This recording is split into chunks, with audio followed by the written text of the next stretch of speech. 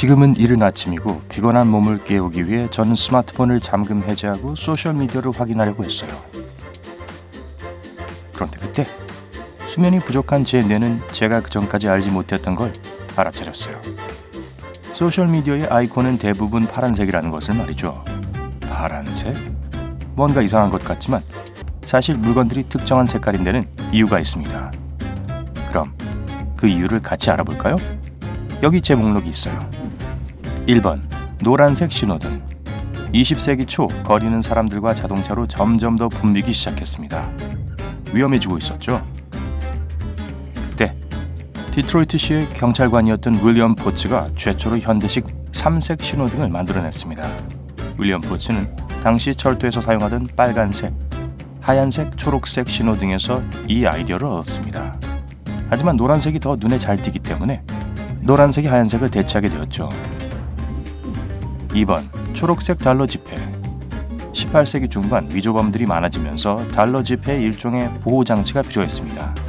그래서 정부는 특수 녹색 잉크를 개발했어요. 누군가가 위조를 하려고 하면 지폐의 검은 잉크 부분이 엉망이 되었죠. 그리고 그 이후로 더 안전한 보호장치가 개발되었지만 달러 지폐의 색깔은 변하지 않았습니다. 3번 노란색 및 연두색 형광펜. 형광펜은 어두운 곳에서도 빛이 나는 특수 반투명 형광 잉크로 채워져 있습니다. 형광펜은 파란색, 분홍색, 보라색, 주황색 등 여러 가지 색깔로 만들 수 있지만 가장 인기 있는 색깔은 노란색과 연두색입니다. 그 이유는 노란색과 연두색 형광펜은 흑백으로 복사를 해도 글자가 가려지지 않기 때문입니다. 복사기들은 노란색과 연두색을 굉장히 엷은 색, 거의 흰색으로 인식합니다. 그래서 인쇄가 되지 않는 거죠. 4번 초록색 당구대. 현대의 당구는 트러코 또는 잔디 당구의 후예입니다. 당구는 17세기 유럽에서 인기가 있었던 바닥에서 하던 당구를 변형한 것이죠. 사람들은 무거운 공과 커다란 당구큐를 이곳에 놓고 게임을 하곤 했습니다. 이곳이 어딘지 아시나요? 맞습니다. 잔디밭이에요. 그리고 잔디가 초록색이었기 때문에 사람들은 옛 전통을 보존하기 위해 당구대를 녹색 천으로 덮기 시작했습니다. 5번 파란색 청바지. 형광펜과 마찬가지로 요즘 청바지는 다양한 색깔이 있지만 파란색이 가장 일반적입니다. 초기의 청바지는 데님 소재의 천연 남색 염료를 물들여서 만들었습니다. 다른 염료와는 달리 면 섬유에 침투한 파란색 염료는 실의 표면에 달라붙는 경향이 있었습니다. 그래서 청바지를 빨면 빨수록 세련되게 빛바랜 색깔을 띠곤 했었죠. 나중에 이 천연 남색 염료는 합성 염료로 대체되었지만 특유의 빛바랜 파란색 효과는 아직도 그대로 남아있죠. 6번 파란색 소셜미디어 아이콘. 페이스북, 링크드인, 트위터, 스카이프, 텔레그램의 아이콘은 전부 다 파란색입니다. 사람들은 파란색을 안전, 평화, 신뢰와 연관짓습니다. 심지어 사람의 심박수를 낮출 정도로 말이죠. 파란색 아이콘은 우리가 그 플랫폼을 사용하고 우리의 생각과 사진을 공유하도록 부추기는 효과가 있습니다. 게다가 파란색은 우리의 맥박을 빠르게 하는 빨간색처럼 공격적인 색깔이 아닙니다. 그래서 우리가 경계하지 않고 의사소통이나 글을 읽는 것에 집중할 수 있는 거죠. 7번 노란색 바나나. 바나나가 처음 자랐을 때는 껍질 속에 있는 엽록소, 녹색 식물 색소 덕분에 항상 녹색입니다. 하지만 열매가 익어감에 따라 껍질 내부에서 일어나는 화학 반응이 엽록소를 분해하면서 엽록소 수치가 떨어지고 열매는 밝은 녹색을 잃게 되며 노란색 색소가 더 잘 보이게 되는 겁니다. 가을에 나뭇잎의 색이 변하는 것도 마찬가지입니다. 녹색 색소가 줄어들면서 다른 따뜻한 색깔의 색소가 드러나는 거예요. 8번 축구의 경고 카드. 70년대까지만 해도 축구에는 구두 경고만 있었습니다. 하지만 선수들이 본인이 경고를 받았다는 것을 모르자 수많은 오해와 혼란스러운 상황이 생기기 시작했습니다. 그래서 밝은 색깔의 경고 카드가 등장한 거죠.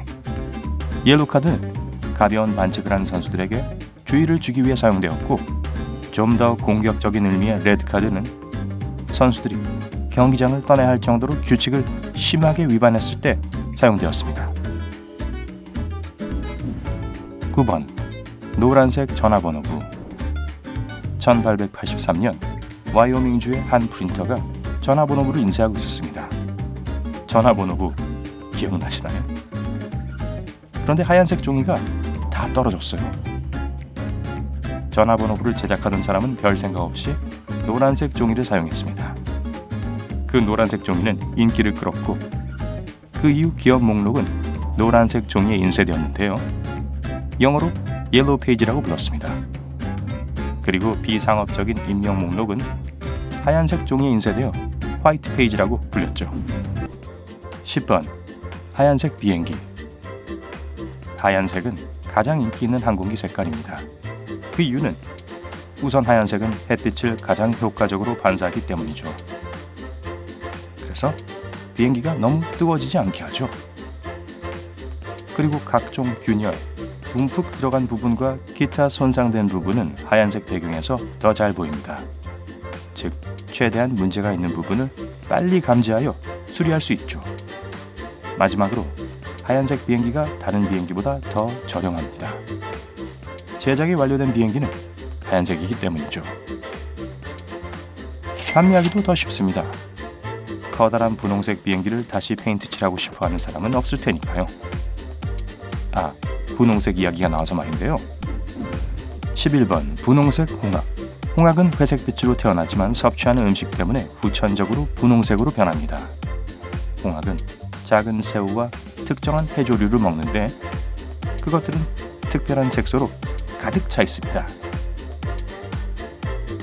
홍학의 몸속으로 이 색소가 들어가면 이 분홍색 분자는 홍학의 몸 전체를 돌아다니면서 홍학을 특유의 색깔로 물들이죠. 12번 황하강. 황하는 중국에서 두 번째로 긴 강이자 세계에서 7번째로 긴 강입니다. 황하강의 총 길이는 로스앤젤레스부터 뉴욕까지의 거리보다 더 길기도 하죠. 그 이름과 특이한 빛깔이 말해주듯이 황하강에는 수십억 톤의 황색 토사가 쌓여 있습니다. 13번 레드카펫. 고대 그리스에서 보라색과 빨간색은 비싸고 희귀했기 때문에 귀족들의 색이었습니다. 부유한 사람들만이 그렇게 대담한 색깔의 옷을 살 수 있었죠. 그래서 레드카펫이라는 단어가 처음 언급된 것이 기원전 458년이라는 것은 그리 놀라운 일이 아니죠. 붉은색 직물 염료는 18세기가 될 때까지 다른 염료보다 가격이 비쌌습니다. 그리고 붉은색 옷은 옷 주인의 신분을 모두에게 알렸죠. 나중에 합성 염료가 등장했지만 붉은색은 그래도 호화로운 생활과 연관이 있는 단어로 인식되었습니다. 14번 빨간색 정지 표지판.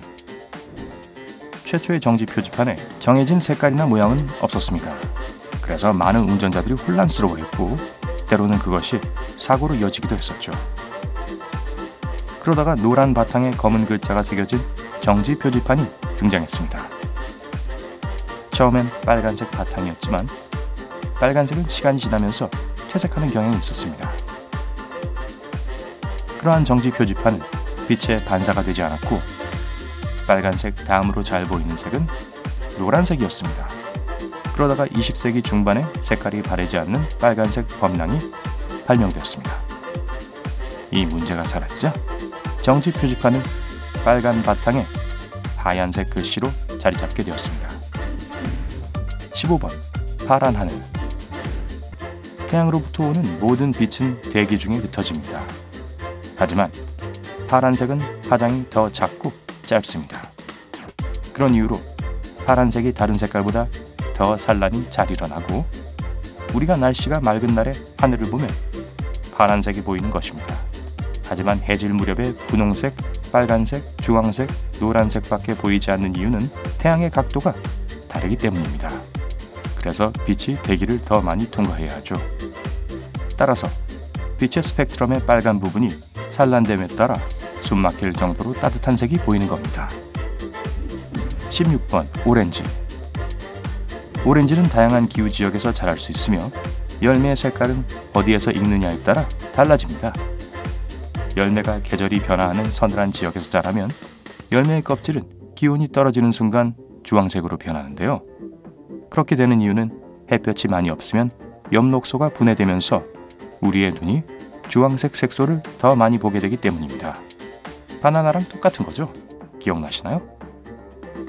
하지만 오렌지가 항상 덥고 햇볕이 잘 드는 기후에서 자란다면 엽록소는 온전하게 남아있고 열매는 녹색을 유지하게 됩니다. 17번 빵태그.